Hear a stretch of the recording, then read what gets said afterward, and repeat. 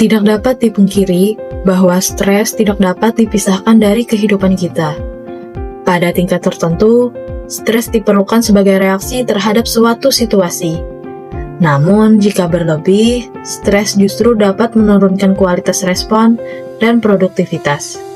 Workplace stress atau sharing disebut dengan stres kerja adalah respon fisik dan emosional berbahaya yang muncul akibat adanya ketidaksesuaian antara pekerjaan dengan kemampuan, sumber daya maupun kebutuhan pekerja, sehingga menimbulkan munculnya rasa tidak nyaman dan aman pada pekerja. Dalam K3, workplace stress dianggap sebagai bahaya hazard atau bahaya psikososial yang dapat menurunkan tingkat kesehatan, produktivitas, hingga keselamatan pekerja. Berdasarkan hasil survei yang dilakukan oleh Gallup di tahun 2021, 44% pekerja di dunia mengkonfirmasi bahwa mereka mengalami stres kerja. Bukan hanya itu, di tahun 2023, International Labour Organization menyatakan bahwa 12 miliar hari kerja hilang setiap tahunnya akibat depresi dan kecemasan. Di Indonesia, pengukuran workplace stress dapat diukur dengan menggunakan kuesioner survei diagnosis stres kerja yang tertuang dalam Permenaker nomor 5 tahun 2018. Contoh gambaran 6 sumber workplace stress berdasarkan Permenaker nomor 5 tahun 2018. 1. Ketaksaan peran. Ketika seseorang pekerja kurang memiliki informasi dalam mengerjakan tugas, maka dia tidak mengerti apa yang harus dikerjakan. Saya tolong kerjain ini dulu ya, saya mau pergi dulu, ada meeting dengan klien. Tunggu bentar Pak. Duh, apalagi ini ya Tuhan. Kedua, konflik peran. Konflik peran adalah keadaan yang timbul akibat adanya pertentangan antara tugas dengan keyakinan individu. Tina, nanti laporan stres kerja perusahaan X masuk ke saya ya, saya tunggu. Baik Pak. Gimana laporan stres kerja kita? Aman Bu, ini bentar lagi selesai. Siap-siap. Oke deh, nanti saya tunggu ya di meja saya ya. Iya. Bukannya laporannya masuk ke Pak Fajar ya Bu? Loh, kamu gimana sih, Nak? Ini kan stres kerja. Harusnya masuk dalam kesehatan kerja. Kamu ngaco ini. Iya juga sih Bu, tapi tadi Pak Fajar sendiri kok yang minta laporannya masuk ke keselamatan kerja. Itu keliru, Nak. Ya sudah, kamu selesaikan dulu sama Pak Fajar ya. Tapi selesaikan nanti urusannya. Kalau sudah selesai, masukkan ke meja saya ya. Iya Bu.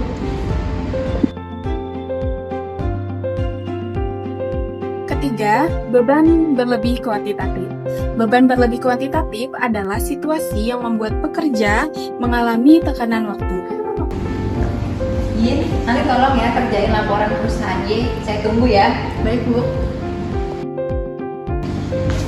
Jin, tolong kumpulin hasil kerja perusahaan Z ke saya ya. Paling tidak 1 jam lagi harus sampai ke meja saya. Aduh Pak, tapi saya lagi ngerjain perusahaan ya.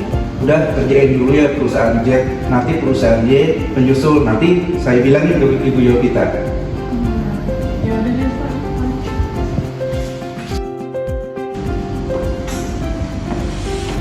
Gin, gimana laporan perusahaan kerja Y? Kok belum juga? Aduh, mohon maaf Bu. Tadi kata Pak Fajar kerjain yang perusahaan dulu, baru perusahaan Y.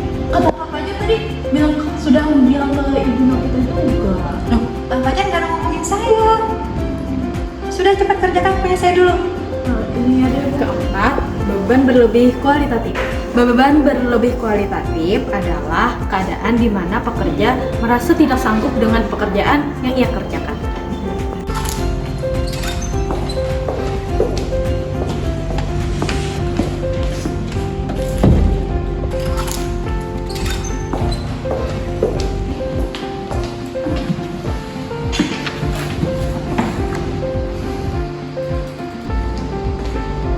Kak, kenapa?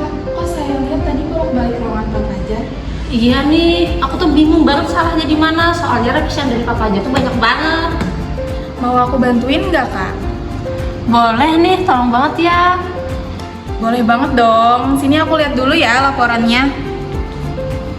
Oh alah, ini mah salah input Kak. Sini aku ajarin ya caranya. Kelima, bagaimana karir? Pengembangan karir adalah munculnya permasalahan yang bersangkutan dengan kemampuan dan kesempatan pekerja dalam mencapai jenjang karir yang diinginkan. Dar, lagi apa ini? Aduh, bikin kayak gitu aja. Adalah kepo. Mau lihat dong. Loh, kok kamu ngajuin lamaran kerja sih? Emang yakin mau resign? Ada apa nih? Siapa yang mau resign?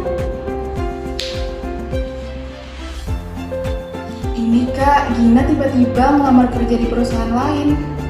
Loh, kenapa? Kamu ada masalah sama orang sini, Kak? Ya ada sih Kak, cuman ya aku ngerasa gak berkembang di sini. Udah kerjanya gitu-gitu aja, kesempatan naik jabatannya juga gak jelas. Saya nggak sih, mana masih muda, masih bisa nge-explore banyak hal. Oh gitu, bener juga sih. Aku ikutan boleh?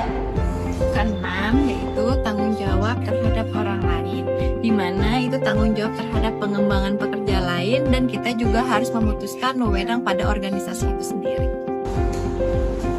Kenapa Gin, kok stres banget gitu? Iya nih Kak, aduh, aku takut kalau hasil dari perusahaannya sama aja gak valid. Loh, tadi kan udah kamu cek berapa kali juga kan?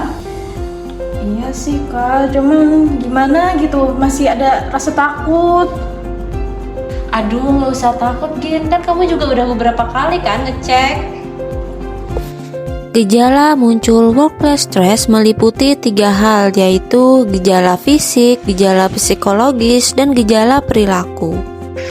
Jika workplace stress terus terjadi, dikhawatirkan akan menimbulkan bahaya berupa bahaya fisiologis seperti hipertensi dan sakit kepala, bahaya psikologis berupa kecemasan dan burnout, kemudian bahaya keselamatan berupa human error dan kecelakaan kerja, dan bahaya organisasi seperti produktivitas menurun.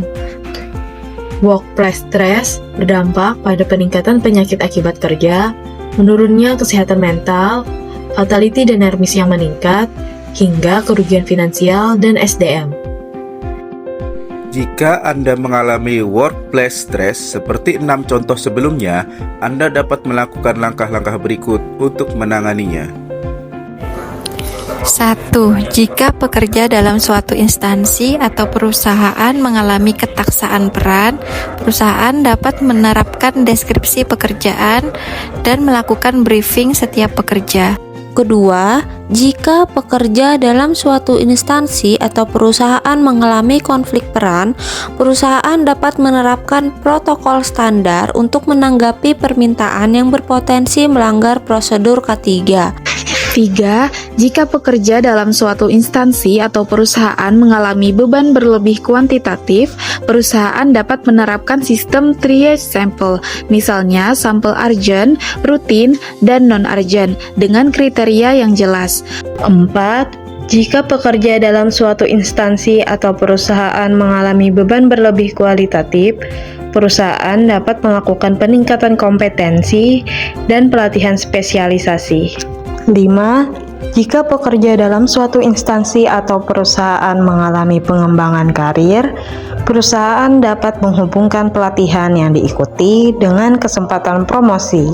6. Jika pekerja dalam suatu instansi atau perusahaan mengalami tanggung jawab terhadap orang lain, perusahaan dapat menyediakan akses ke layanan konseling profesional yang bersifat rahasia. Berikut pemaparan kami mengenai promosi kesehatan di lingkungan kerja berupa workplace stress. Semoga bermanfaat dan salam sehat jiwa dan raga.